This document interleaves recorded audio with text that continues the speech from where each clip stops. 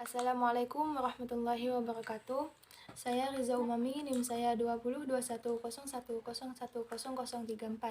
Saya di sini akan menjelaskan tentang pengertian wudhu, kemudian landasan hukum tentang wudhu dan syarat-syarat wudhu. Yang pertama, pengertian wudhu. Wudhu secara bahasa itu menunjukkan arti baik atau bersih. Dan lafadz al-wudhu dengan didomah wawunya itu menunjukkan sesuatu yang berhubungan dengan fardu atau sunnah. Sedangkan lafadz al-wadu dengan di fathah wawunya itu menunjukkan sesuatu yang dipakai untuk berwudu, seperti contoh air. Dan wudu secara istilah yaitu sesuatu yang dimulai dari niat, kemudian membasuh wajah, membasuh kedua tangan sampai kedua siku, dan mengusap sebagian kepala, dan yang terakhir membasuh kedua kaki sampai mata kaki, yang mana kesemuanya ini dilakukan secara berurutan atau tertib. Lafadz wudhu merupakan wudhu adalah membasuh bagian anggota tertentu untuk menghadap Allah atau pada saat mendirikan sholat. Yang mana wudhu ini merupakan salah satu dari syarat sahnya sholat, dan syarat sahnya sholat itu harus ada sejak sebelum terlaksana sholat. Yang kedua, landasan hukum tentang wudhu. Landasan hukum tentang wudhu ini ada 3 macam. Yang pertama berasal dari firman Allah dalam surat Al-Baqarah ayat 6 yang berbunyi, Ya ayyuhalladzina amanu idza kuntum ila shalah fagsilu wujuhakum wa aydiyakum ilal marafiq wamsahu biru'usikum wa arjulakum ilal ka'bain. Yang artinya, hai orang-orang yang beriman, apabila kamu hendak mengerjakan sholat, maka basuhlah wajahmu, kemudian kedua tanganmu hingga kedua siku, dan usaplah sebagian kepalamu, dan basuhlah kedua kaki sampai mata kakimu. Landasan yang kedua yaitu berasal dari hadis Nabi SAW yang berbunyi, La yakbalullah salata ahadikum idza ahdatha hatta yatawaddu'a. Yang artinya, Allah tidak menerima salat salah seorang di antaramu apabila ia dalam keadaan hadas hingga ia berwudu. Hadis riwayat Bukhari dan Muslim. Dan landasan yang ketiga itu berasal dari ijma ulama yang mengatakan bahwa wudu hukumnya wajib bagi muslim yang sudah dewasa dan berakal, dan telah masuk waktu sholat, atau ketika akan melaksanakan suatu perbuatan yang berhubungan dengan wudu. Yang terakhir adalah syarat-syarat wudu. Syarat-syarat wudu ini ada 5. Yang pertama, beragama Islam, kemudian tamyiz dan menggunakan air yang mutlak, dan yang keempat, tidak sedang dalam keadaan hadas besar, dan yang terakhir adalah tidak ada sesuatu yang menghalangi sampainya air pada anggota wudu. Mungkin hanya ini yang bisa saya sampaikan. Wassalamualaikum warahmatullahi wabarakatuh.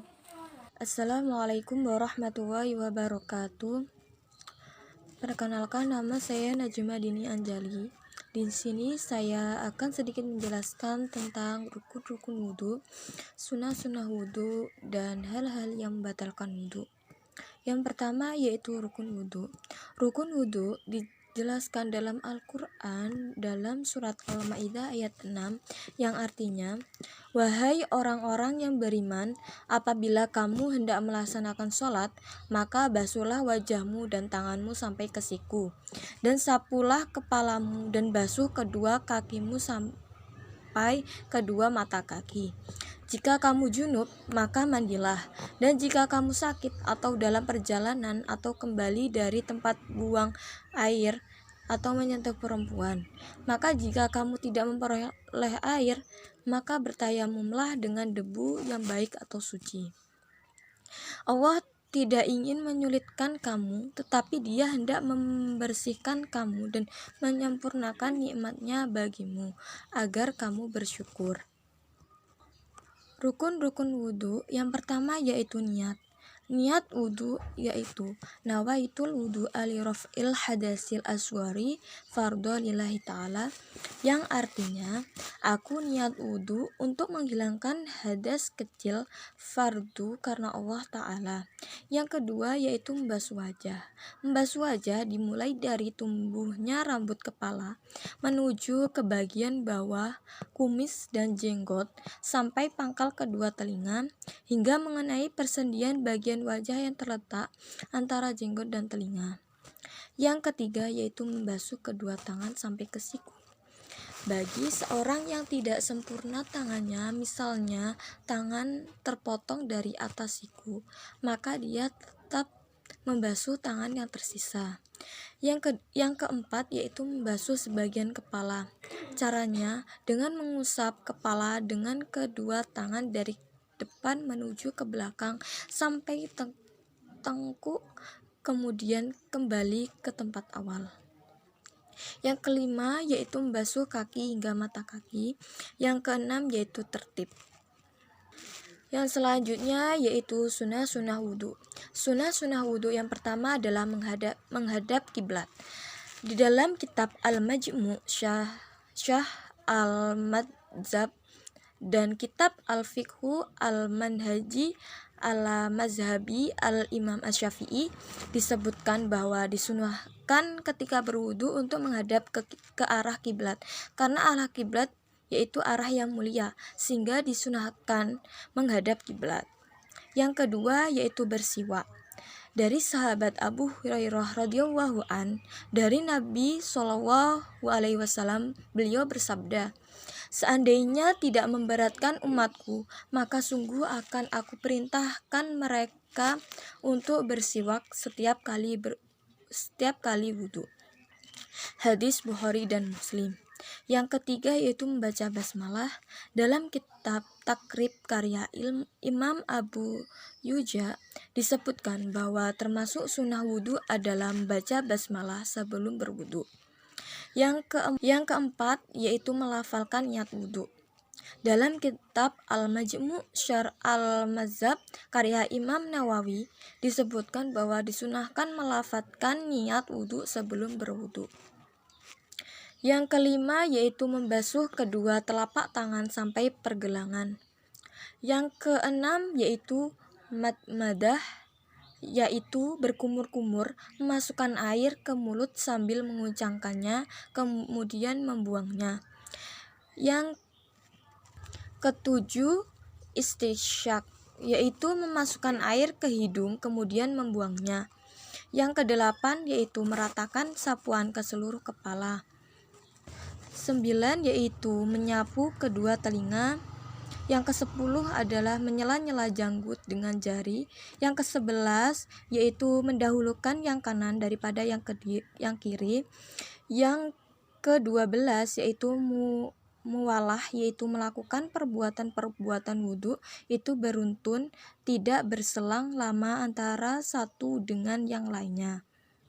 Yang selanjutnya yaitu mengucapkan 2 kalimat syahadat dan doa setelah wudu.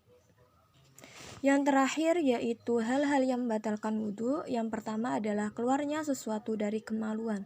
Segala sesuatu yang keluar dari salah satu kemaluan seperti kencing, buang air besar, madzi, wadi, mani maupun kentut.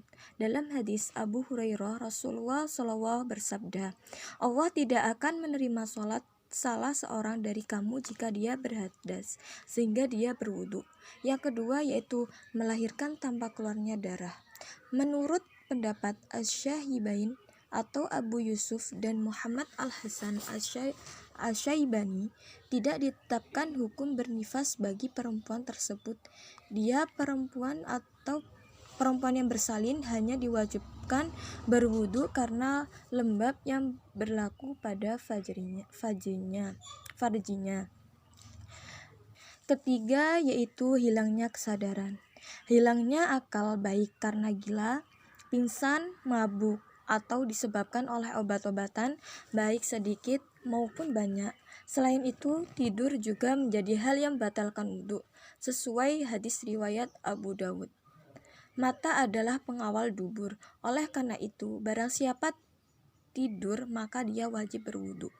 Yang selanjutnya itu menyentuh kemaluan. Menyentuh kemaluan tanpa ada batas, bagi itu kemaluan sendiri atau kemaluan orang lain.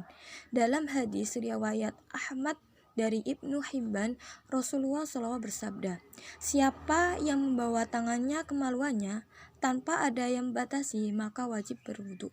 Sekian dari presentasi saya, kurang lebihnya mohon dimaafkan. Wassalamualaikum warahmatullahi wabarakatuh. Bismillahirrahmanirrahim. Assalamualaikum warahmatullahi wabarakatuh. Perkenalkan, nama saya Galih Tri Prestiandani. Di sini saya akan menyampaikan tentang tayamum. A. Pengertian tayamum. Menurut bahasa, tayamum berarti menuju ke debu. Sedangkan menurut pengertian syariat, tayamum adalah mengusap debu ke wajah dan kedua tangan dengan niat untuk mendirikan sholat atau lainnya. B. Landasan hukum tayamum. Ada 3 dalil disyaratkan tayamum, yaitu firman Allah dalam surat An-Nisa ayat 43 yang berbunyi wa in kuntum mardo ala safarin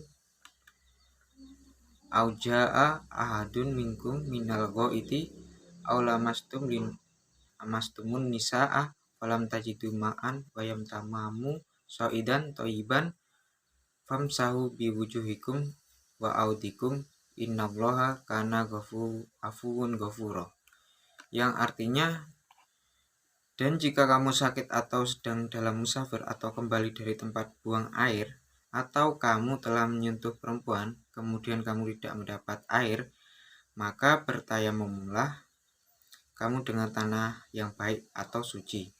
Sapulah mukamu dengan tanganmu, sesungguhnya Allah Maha Pemaaf lagi Maha Pengampun. Yang kedua,